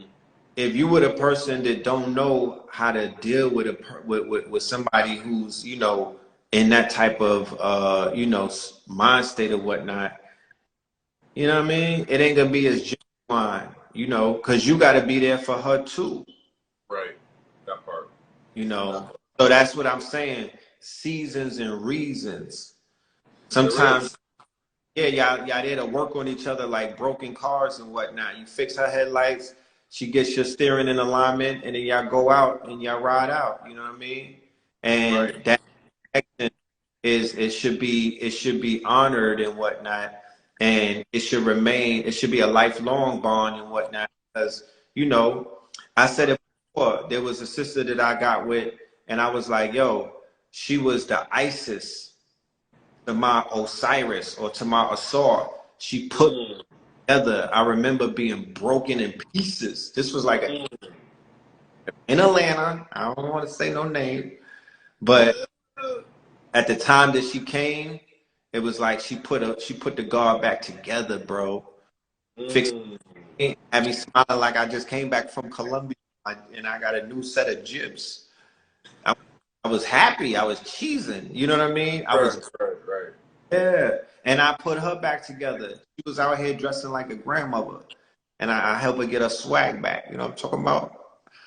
So, that's what it be like. And then to this day, whenever we see each other, we salute each other, and I'm rooting for her with any endeavor that she does, because I know how, you know what I mean? I know how important she is in my journey, and I know how important I am in her journey, Right. And she went through. Before I bend you back on that, I want to say, the ladies in the comments, if you do want to answer with the same question that I asked for Red, but just, for the opposite sex, if you met a young man and, his conversation was great, he had the physical, spiritual qualities that you would like to see in a man, but then you found out that he was a male stripper, would you still continue that relationship? Would you still continue that bond with And the young man? you got to turn it up on them, because that ain't saying much. And he got an OnlyFans too. And he got an OnlyFans, and we got to add a little razzle dazzle into it. And he got an OnlyFans, because Red said we got to add a little razzle dazzle to it. So young ladies out there, you know what I'm saying? He got his subscriptions. Right. You got to get his subscriptions. You know what I'm saying? That's how you pay it. And dance on Peachtree. How about that? Yeah, he danced on Peachtree, so you know who be in there with him. Cut it out. Y'all going for it? Johnson, the guy said that's me. Magic Mike out of fucking Chippendales and whatnot. A nigga who be wearing the shit that Cameo was wearing in the video, the red cup. You going that shit right there? That's bad. That's bad. Okay. Yo, cut it out. Yo, but to go back to what you were talking about before, now that's a good point. It's definitely a season and a reason for people. I was talking to a young lady in New York, and we had a great connection. And we was chilling, and she told me, she does OnlyFans, and she told me in a way like in a way that I'm gonna be like, oh my God, no, I can't fuck with you. So I was just like, so who takes your pictures? Feel me? Because them pictures be looking quite, you know what I'm saying? The joints that you put on Instagram be looking quite, you know what I'm saying? So who's doing the OnlyFans joint? I'm like, well, I'll take your pictures. You know what I'm saying? Because it's just like, I feel like that's also, I was not in a position where I wanted to make her my asset. You know what I'm saying? That wasn't who I was looking to balance those scales with. So it was just like, well, I can help you out. You can help me out, and I can help you out. So, teamwork. Like the Brooklyn baby said, teamwork make the dream work. You know what I'm saying? And I got the angles. I mean with the camera. You know what I'm talking about? You feel me? Teamwork make the dream work at the end of the day. Like, if you could add on, if you dating somebody, if y'all going out on dates, and the possibility of y'all engaging in sexual intercourse and either something deeper than that, is there, is present. You know what I mean? So why not be of assistance in anything that she does? Don't matter what her endeavor is. You know what I'm talking about? You right. Yeah, right. If you sitting there, you ain't get up. So if you decided that you wasn't gonna walk out and step out on her and judge her, then why not support her? You know what I mean? Why not help her whatever it is that she's doing? Do you do you feel like now I want to start this before I even ask this question to Red and everybody. You know, you don't owe anybody an explanation for anything that you do. Right. But I say all that to say, what are your thoughts on ghosting people? Do you feel like people, let's say you're talking to somebody and maybe something just didn't hit right, something didn't click right. Do you feel like you have to tell that person, you know, why? Or is just right for you to up? I don't want to ask this in a right or wrong question. I want more of your opinion on it, and also the family that's out there listening, because I've been in a situation where I have ghosted a young lady and where I have been ghosted. You know what I'm saying? And I felt like certain things happen for a certain reason. So I really am asking, really just from your perspective, do you ghost, or do you give somebody parting words? I'm big on closure. You feel me? I ain't Tony the Closer, but I'm big on closure. You know, only because I want closure. You know, I want what I want for myself. I want for others and whatnot. So I don't like to sit around, speculate, right, and assume. You feel me? Assuming. They said it was in the four. What is the four agreements? You know, don't assume. Right. Hate human, because the way that my mind works, the way that my human design is built, you know, I go there. You feel me? Like I'm very, you know, the head on the human design is open. So I'm everywhere sometimes with it. And I'm a Scorpio, and we go dark with it. We go Darth Vader. We have deep dark thoughts. I don't need to be speculating. I don't need to be in my mind and whatnot. Facts. Give me the closure, and keep, you know, we could keep it moving and whatnot. If it's a violation where you cross that line and you did something that violated either one of my children or my parents or something like that, then I'm just gonna, you know, I won't call it ghosting you. You know, I'm just not fucking with you, like, you know, out of sight, out of mind type shit. So we can avoid toxicity. This is as toxic as it's gonna get. But anything other than that, nah, I'm cool. Like I ain't, you know. Right. I feel you on We you know, gonna, on because go ahead. I'm still gonna be there. I'm still gonna be a supporter, because I'm not gonna go back on the initial word that I shared, or what the initial agreement was from the gate, unless you violate something and you void your contract. But if I want to see you win, when I saw you walking down the street and I ran up to you, or when I saw you online and I'm like, yo, I want to see her winning. I want to see her. Yeah, I want to see her happy. I don't care if you get married 18 times. Right. Right. So that's how, you know, I keep it at that. I agree with you. Especially with the Scorpion energy, I'm a Scorpion rising, and you know, being like a storyteller, I look at it all like, man, these. I personally do not like when people just when I get ghosted or anything like that, because like I want to tie up that bow. I want to tie up that plot thread in any type of Right. shit. You know what I'm saying? Any type of shit. That's why I thank you once again for the other day. Just any type of shit. It was just tying up, tie a knot on it. All right, hell yeah. But especially with, you know, with young ladies, it's just like, yeah, like I feel the same way. I want to see you win no matter what. Like, yeah, I know I speak to exes that are married and got kids. I want to see you win. Like, go Right. ahead. The way you wanted to live your life wasn't compatible for me anyway. So listen, more power, more love, more strength, more orgasms to you. You know what I'm saying? So absolutely, I think that's I'm big on that in any type of shit. If I did something that you don't want to fuck with, please just tell me, and you don't want to fuck with me no more. That's dope. I mean, it ain't dope, but it is what it is. But just tell me. I don't like that ghosting shit personally. Right. You know. Right. But as we start to wind down, my good brother, if you could hop in a DeLorean, hop in a time machine, and you can go. and I'm gonna give you three people.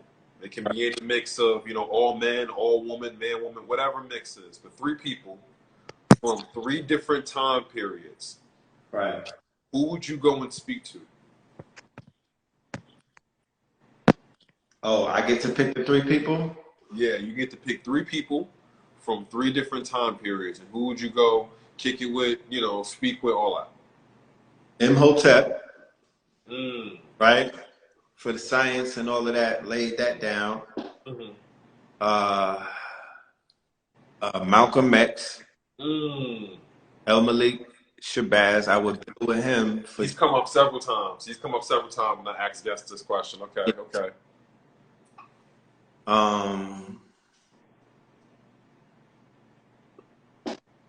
And Hannibal. Hannibal Barker? Hannibal Barker. Ugh. The one who brought pain to Rome. Brought to the gates. Like, what up? I'm here. Because wherever he messed up, I need to talk to him. So I need to build with him and read. You know what I mean? So I could, you know, I know what not to do. Right. But he got the blueprint. Imhotep got the blueprint, and you know, El Malik Shabazz got the blueprint. Yeah. My good brother, I want to thank you first off for doing everything that you do in the community, from Conscious Connectionz to Melanin Monday, Third Eye Thursday, from the multitude of classes that you put on. I know you and Kevulon have an event going on. I definitely want you to speak on that. Right. From Conscious, from Kings County to the music, to everything, to the events. Thank you. I appreciate all the work that you do for the community. It's definitely it's appreciated. It's not taken for granted. Right. Thank you for being you. You know what I'm saying? Thank you for you know, always I get a chance to use one of my favorite words. Family, you know, our good brother is highly skilled and trained on a nomenclature of many of fields and studies. You know what I'm saying? So definitely go and tap into his catalog. And can you speak about the class that you and our good brother Kevulon have coming up? Yes. Saturday, April 30th. This Saturday, April 30th at 11 a.m. Eastern. Now, Kevulon 44 are going to be presenting the illustrious nation. The brother is going to be building on the light body. We talked about the electric body. We're going to be building on the light body. We're going to be talking about the solar flares. We're going to be talking about the dialectic field, all kind of stuff. High science. But, you know, science that I always say that our people need to be educated with, because, you know, the whole world is on it. You know what I mean? The whole world, you know, the world is, you know, we the only ones that are kind of like comfortable with not being in a bag like that. Right. The world is in a bag. So, you know, the brothers bringing the science, the metaphysics. KTL University is the site that you can find it on, ktluuniversity.com. The link is in my bio. So yeah, man, we working. We gonna continue work. We just getting started. You know, a lot of things coming, new music coming, books coming. You know what I mean? The documentaries rolling out, new clothing lines, jewelry. Yeah, man, we working. Like I said, I'm in Atlanta. I'm in Atlantis. So yes, I'm gonna be pulling up there soon. Yeah, I know that. I know you will be. Yeah, you know. You know, it's about that time. It's about that time. You know, it's like yearly trips. Make you offer you can't resist. Right. Gotta make my offerings. You know what I'm saying? Yeah, definitely. Yeah, look out for Conscious Connectionz, y'all. Like I said, we'll be starting out with panels, and that'll be in Atlanta. That's coming up very soon. I intend on really getting this thing jump started by the solstice. Yeah. Okay. Yeah. Here for it. All participants, right? Because you know, when I do, we're gonna be doing, think about like a studio audience. Mm-hmm. You know, people who are tapped in, who have questions, who can also add on and whatnot. But then you have, you know, women that may want to participate. You know what I'm saying? They may want to get in the drawing to meet, you know, a person that's equally yoked, and for the brothers that are out there as well. Yes. Yeah, yeah. In a DM, yeah, and we'll take it from there. Right, yo, I would love, yeah, I would definitely love to be able to help with the setup of that, with some overall planning for that. Definitely feel like I have some great questions and modalities and ways for people to get to know each other on a you know on all different levels, so they can make their conscious connection. That's right. Um, with that being said, my good brother, can you please drop your Cash App, man? Family, if you got any value from this conversation, if you've enjoyed the conversation that you've been hearing, I would ask if you feel so moved to support the good brother Red Pill. If you feel so moved, you know, support. Always support. You know what I'm saying? You know what I'm saying? That's how we keep these things moving. The Richie Moon Show is growing. I know you haven't seen me as much as you have seen me in the past. Right now, I'm just working on that. You know, less is more. You know what I'm saying? The information and the episodes that I'm having is coming out in time. You know what I'm saying? So less is going to be more. And no, please believe that I'm in the back working. That's one of the reasons why you don't see me out here so much. I'm in the back working to put some plays in place. So when it's time, it's time. But I want to thank my good brother Red Pill. I want to thank everybody for rocking out here tonight with us. You know what I'm saying? Yeah, we've been 40 plus strong the entire damn near 2 hours. I appreciate y'all. Conscious Community is coming soon. Tap into the class with the Kevulon and Red Pill at KTL University. Yes, sir. KTLUniversity.com. Also follow Conscious Connectionz on Instagram. That's Yes. Conscious Connectionz. Yes. So, family, this podcast will be out tomorrow at 4:44 p.m. Once again, thank you to my guests, the illustrious Red Pill, ladies and gentlemen. I need some sound. I need some sound effects in here. You know what I'm saying? You know what I'm talking about? You know what I'm saying? We need all that. So, Yeah, all of with that being said, fam, remember the value that you put in yourself reflects onto others. This has been Richie Moon. That has been Red Pillar. And I will catch you down the road. Peace, love, and light. Peace. Peace.